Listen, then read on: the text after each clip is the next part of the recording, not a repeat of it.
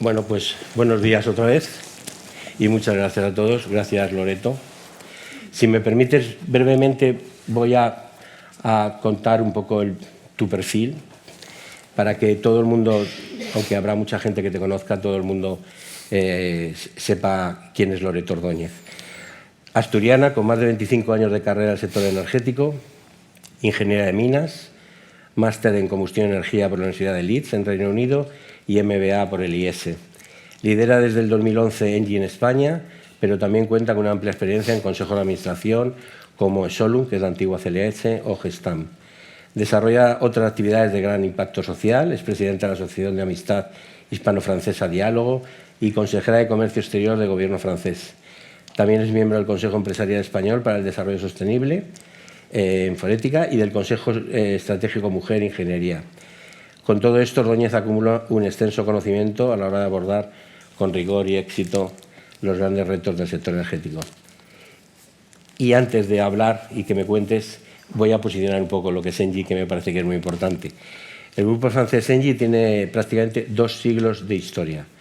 Yo hablaba de 107 años de Forbes. Engie le gana un poquito a Forbes. Engie en España está formada por un equipo de más de 1.700 personas, muy comprometidas a construir una sociedad más neutra en emisiones CO2 y 96.400 empleados en 31 países. Sí, a nivel mundial. Engie es la primera compañía en la distribución de gas natural en Europa, número 2 en el transporte de gas natural en Europa, número 1 en redes de frío a nivel mundial y tercera compañía en redes de calor a nivel mundial. En España es el 6º agente generador de electricidad. La empresa cuenta con servicios de ingeniería, desarrollo, construcción y operación de soluciones industriales a medida para hacer realidad la transición energética de sus clientes. Bueno, esto es Engie y esta es Loreto en una breve descripción. Y muchas gracias por acompañarnos y por tener esta charla. A ver, para situar un poco el debate, ¿cuáles crees que son los desafíos globalmente que el sector energético busca de cara a cumplir los objetivos para el 2030? Yo, si me permites, primero, Ignacio, daros las gracias. Yo creo que Forbes es ya una marca de súper referencia en el sector empresarial. Además, yo creo que estos eventos, estos summits, son absolutamente necesarios y más hoy en día con el desafío de la transición energética. Necesitamos todos, la industria, necesitamos las utilities, hacer mucha pedagogía sobre el gran desafío de la transición energética. Por tanto, estos tipos de eventos súper bienvenidos y en la medida que nosotros como Engie podamos colaborar en ellos, encantados. Yendo al tema que me preguntabas de los grandes desafíos, los desafíos a nivel internacional son muy grandes en transición energética. Quizá Europa en esos desafíos ha puesto más foco, ha cuantificado un poco más la foto de dónde quiere realmente aterrizar. Europa ha puesto un objetivo que en el año 2030 quiere reducir las emisiones de gases de efecto invernadero en un 55% respecto a la referencia que tenía en el año 90 y ha puesto un foco un poco más allá. En el año 2050 quiere llegar a la neutralidad en carbono. Estos dos objetivos, que parecen baladí, significan una movilización empresarial, una movilización tecnológica, una movilización de capital brutal. Pero por poner un poco de foco realmente en los grandes desafíos que yo veo. El primer desafío que veo es que efectivamente para llegar a ese punto de aterrizaje tenemos que seguir. Y cuando digo seguir es porque hemos venido haciendo mucho, incorporando masivamente tecnologías renovables. Tecnologías renovables que tengan, por supuesto, aseguren seguridad de suministro, que sean más accesibles, que sean más locales, porque efectivamente las crisis, entre otras cosas geopolíticas que hemos venido viviendo, ponen en valor la proximidad y la seguridad del suministro, ¿no? Y cuando digo que tenemos que seguir incorporando energías renovables, no me refiero únicamente a las energías renovables que hemos venido incorporando en los últimos años, en los que hemos incorporado, como te digo, masivamente eólico, onshore y fotovoltaico. Tecnologías ya muy comoditizadas y que tecnológicamente son tecnologías muy maduras. Creo que además de esas tecnologías y el Plan Nacional de Energía y Clima o el nuevo draft del Plan Nacional de Energía y Clima apalanca más esa idea que en España tenemos que seguir incorporando más, creo que tenemos que hablar de la transición energética en total. No solamente hablar de lo que yo llamo el electrón verde, que son muchas renovables, mucha electrificación masiva de la economía, sino también de la molécula verde. Hay muchos usos industriales que no son electrificables y que, por tanto, el electrón verde, por per se, que está bien, no nos vale y tendremos que hablar de la molécula verde. Y hay que empezar a hablar de incorporación masiva de otro tipo de tecnologías como el hidrógeno verde, los biocombustibles, los biometanos, en los que estamos todavía un poquito por detrás. Por tanto, insisto, primer desafío, incorporación masiva de renovables. Segundo desafío es, yo creo que colaboración pública y privada. Si miras efectivamente la gran cantidad de tecnologías que tenemos que incorporar en los próximos años, te encuentras con tecnologías muy comoditizadas, tecnologías muy maduras, pero te encuentras con otras tecnologías que todavía necesitan un grado de desarrollo importante. Y entonces ahí sí que es importante los consorcios, y estamos viendo, por ejemplo, en proyectos de hidrógeno verde a día de hoy grandes consorcios que están sacando efectivamente los proyectos adelante, también un poco para balancear, mitigar riesgos y aportar distintos valores industriales, pero también la colaboración privada que nos marque un marco de ayudas y de alguna manera de ese desarrollo tecnológico. Ese es el segundo gran desafío. Tercer gran desafío, al final esto de la transición energética tiene que ver con, pues lógicamente, acometer una serie de objetivos, pero para acometer esa serie de objetivos la movilización de capital que necesitamos es brutal. Es brutal. Hablo de billones, hablo de trillones a nivel internacional. Y el capital entiende de retorno. El capital entiende de un marco regulatorio estable, una situación política estable y un retorno estable. Os lo digo porque yo trabajo en una multinacional y en esa multinacional pues competimos a la hora de traer capital a las distintas geografías, a los 31 países que comentabas antes en el que estábamos, ¿no? Y ese capital, como digo, le gusta el retorno, le gusta la seguridad jurídica, la seguridad regulatoria, la seguridad política y no entiende tanto de banderas. Por tanto, para mí ese es el tercer gran desafío. Y el cuarto y último, y creo que es importantísimo, es el tema de que la transición energética no la hacemos los gobiernos, no la hacemos las empresas, la hacemos todos. Y ahí hay una labor muy importante de incorporación de la sociedad civil en el grado de aceptación de esta transición energética. Y eso es importante porque empezamos a ver dinámicas, sobre todo en Europa, en la que la gente empieza a ser un poco reticente a incorporación de tecnologías renovables maduras en entornos locales próximos, pero creo que necesitamos trabajar con la sociedad civil para mejorar ese grado de aceptación, porque al final, lamentablemente, es que no tenemos plan B. Planeta tenemos uno, bueno, no sé, ahora la gente está yendo a Marte a ver si ahí tenemos una solución, pero de momento solamente tenemos un planeta y este planeta es nuestro único plan y tenemos que trabajar entre todos para mantenerlo. ¿Y Engie cómo está contribuyendo en esta transición y con todos estos objetivos que han marcado? Como antes de empezar en la jornada estábamos hablando y me estabas contando de las inversiones que estáis haciendo y de las nuevas plantas, que además el sábado pasado habéis inaugurado una. ¿Cómo contribuye en esa transición Engie y qué objetivos están marcados en los próximos años?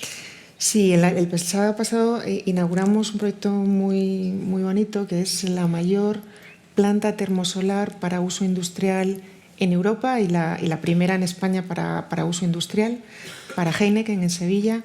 Y la verdad que es un proyecto muy chulo. Pero bueno, yendo a la pregunta de qué está haciendo Engie en general, yo creo que Engie es un ejemplo de transformación industrial para atender a la transformación energética. Y os lo digo porque al final cuando Engie, ¿qué es? Engie es la antigua Gaz de France, gas natural en Francia, más Suez, que en el año 2008 se fusionan y generan una gran utility global.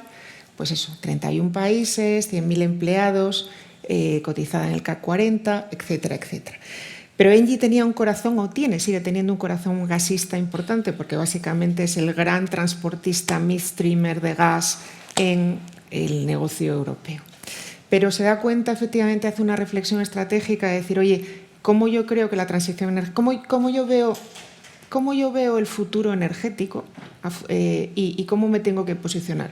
Y el futuro energético de ENGIE es un futuro en el que convivirán soluciones centralizadas mucho más descarbonizadas y muchísimo más sostenibles y otras soluciones mucho más próximas al cliente y, por tanto, muchísimo más descentralizadas que incorporen todo ese conocimiento industrial de las centralizadas en soluciones más próximas, ¿no?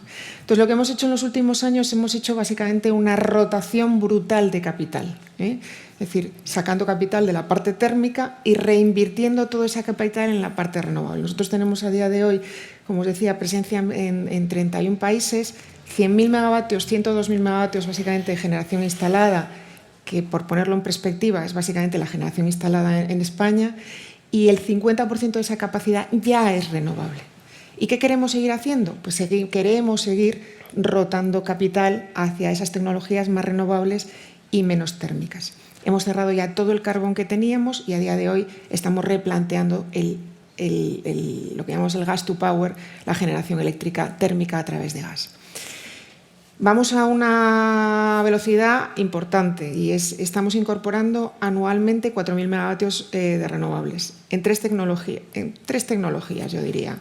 Eólico onshore, mucho de eólico offshore, que creemos que es el gran motor dinamizador de futuro, mucho de fotovoltaico y también en menor medida hidráulico. Hidráulico tenemos una posición fuerte, pero seguimos queriendo crecer. 4.000 megavatios anualmente hasta el año 2025 y nuestro plan estratégico pasa por 6.000 megavatios a continuación. Pero vuelvo a decir, es que el futuro energético ya no será un futuro en el que la cadena de valor sea una cadena de valor lineal, en el que las utilities tradicionales generábamos, transportábamos, distribuíamos y vendíamos. Vemos ya una disrupción muy grande y vemos que muchos agentes del mercado pueden efectivamente convertirse en agentes generadores, en agentes comercializadores y, por tanto, ahí es muy importante hablar de soluciones descentralizadas. Y nosotros ahí lo que estamos haciendo es paquetizar todo ese conocimiento industrial que tenemos para hacer estos grandes proyectos renovables en soluciones mucho más próximas al cliente, pues redes de calor y frío, de eficiencia energética, pues mucho de biomasa, mucho de termosolar para cliente industrial, ese tipo de soluciones que creemos que aportan eficiencia energética. En España todo eso está absolutamente alineado con lo que estamos haciendo.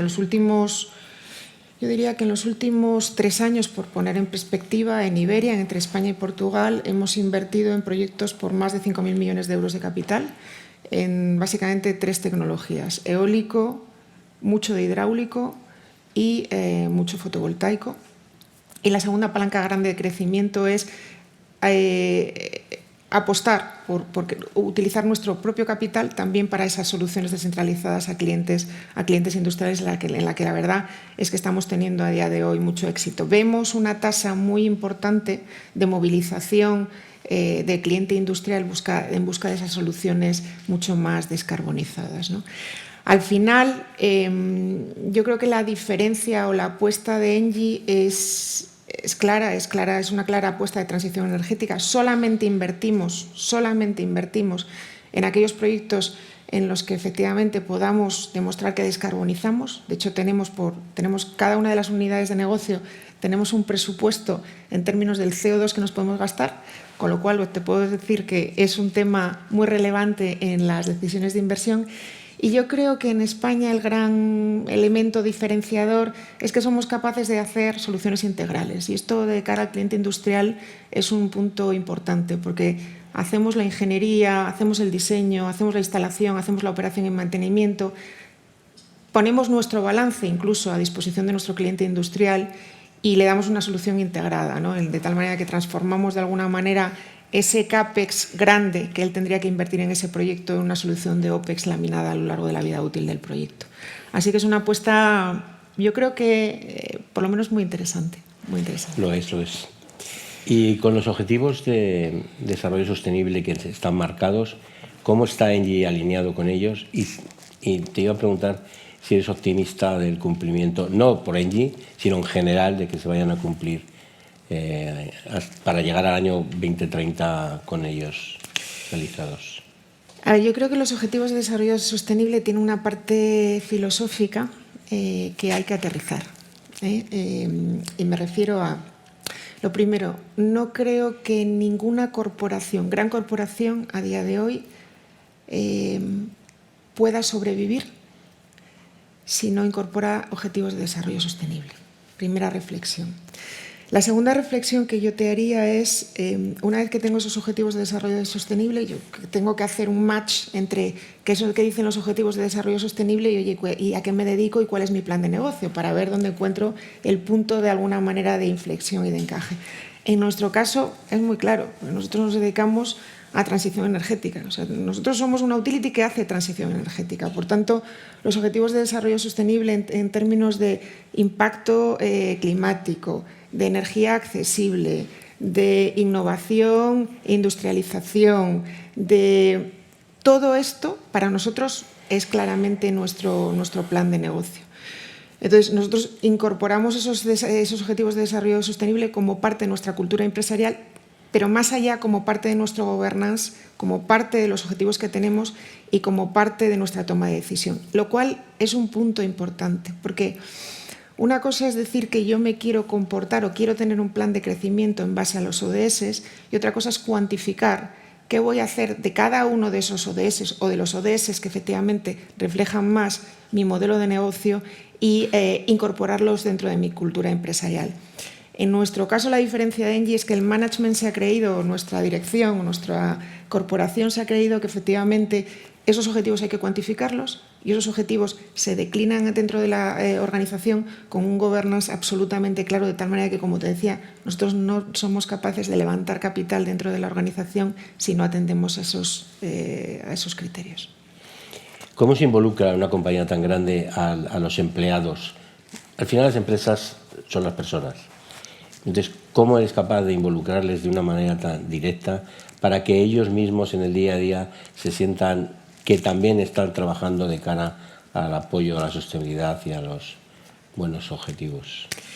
Pues eso es un temazo, porque cuando tú estás localizado en un territorio, pues es más fácil un poco distribuir esa cultura corporativa. Nosotros estamos ahora en 31 países, 100.000 empleados con una dispersión geográfica muy grande.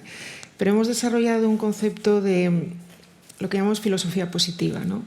Es decir, al final el concepto de sostenibilidad o la sostenibilidad entendida como Engie la entiende, tiene que tener un impacto positivo en nuestros empleados, en las personas de los territorios en los que operamos y al final en el planeta en su totalidad. Y eso, créeme que como principio, cultura empresarial, es un concepto muy fuerte, muy fuerte. Trabajamos muchísimo con las comunidades locales, es decir, en los proyectos en los que estamos, trabajamos mucho con ese impacto positivo de la comunidad local, no solamente en términos de creación de empleo, sino en términos de economía circular, en términos de sostenibilidad. Trabajamos mucho dando energía accesible a esos territorios y trabajamos mucho en la huella de carbono en los territorios en los que estamos, ¿no? Y eso para los empleados en esa dispersión internacional es un concepto muy valioso, porque al final la gente se va a casa pensando, oye, yo vengo aquí no solamente a trabajar, pero sino que el fruto de mi trabajo tiene un impacto muy positivo en el planeta, que vuelvo a decir que es nuestro único plan, el plan A. Nosotros en febrero del año 2020 revisamos los estatutos de la compañía, incluso, y definimos esos estatutos de la compañía como a qué nos queríamos dedicar. Y queríamos ser una compañía claramente que acelerara la transición energética, pero cuando lees esos estatutos en detalle, habla de aceleración en transición energética, buscando un impacto, buscando la conciliación entre un rendimiento económico aceptable, pero siempre con un impacto positivo para las personas y para los territorios y para el planeta. Creo que eso es a día de hoy muy fuerte.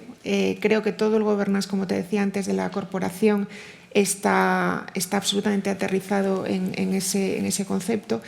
Pero más allá, a día de hoy empezamos a sacar incluso certificaciones que son únicas en Europa. Por ejemplo, lo que os comentaba antes de la aceptación de la sociedad civil de proyectos renovables, nosotros empezamos a sacar certificaciones que nos acreditan que efectivamente en los territorios en los que operamos tenemos un impacto positivo. Y creo que eso, vuelvo a decir, incorpora de nuevo no solamente la cultura corporativa, sino a los empleados en esa causa común. Si hubiera venido la vicepresidenta, seguramente me hubiera gustado preguntarle cuáles son los objetivos que tiene como gobierno si sigue este gobierno, que llevamos un año con esta sensación de provisionalidad. ¿Cuál sería tu petición al gobierno que fuera, el actual o el que vaya a venir? Mira, yo creo que la transición energética, vuelvo a decir, necesita de estabilidad, porque necesita de retorno, y por estabilidad para nosotros significa un marco político y regulatorio estable, ¿no? Y sobre todo libertad en la toma de decisiones a la hora de que podemos gestionar nuestros riesgos, ¿no? Al final nosotros somos utilities muy grandes, sabemos gestionar los riesgos y creemos que se nos debe de dotar de elementos para ser capaces de gestionar riesgos. Me refiero a todo lo que viene ahora y lo que ha estado durante muchos meses en vigor sobre la reforma del mercado eléctrico. Nosotros somos unos grandes convencidos de mercados liberalizados, queremos seguir apostando por Europa, queremos seguir apostando por España y queremos que nos den la libertad, pues, de tener una serie de herramientas que nos permitan efectivamente apalancar esos proyectos. Por tanto, cuanto menos intervencionismo en los mercados, yo diría que mejor. Yo estoy de acuerdo contigo. ¿Un deseo? Pues un deseo es que la transición energética se haga una realidad. Nosotros tenemos un plan de crecimiento grande para España, prácticamente somos el 6º agente generador y queremos a día de hoy duplicar la capacidad que tenemos instalada. Estamos en 2.000 megavatios, vamos a 4.000 megavatios prácticamente en 3 años, y que ese deseo, lógicamente, se haga realidad. Pero no solamente el deseo de ENGIE, yo creo que el deseo de grandes corporaciones que hoy en día están aquí y que, lógicamente, entre todos tenemos que hacer la transición energética una realidad para el bien de todos y para el planeta. Pues muchas gracias, Loreto. Ha sido además muy clara y directa en todo lo que nos has contado. Espero que a lo largo de la mañana sigamos conociendo mucho más el sector que a todos nos ocupa y nos preocupa, porque lógicamente vivimos alrededor de él. Y agradecerte de nuevo tu presencia, vuestra presencia, y por mi parte nada más. Muchas gracias. Muchas gracias, Ignacio. Gracias.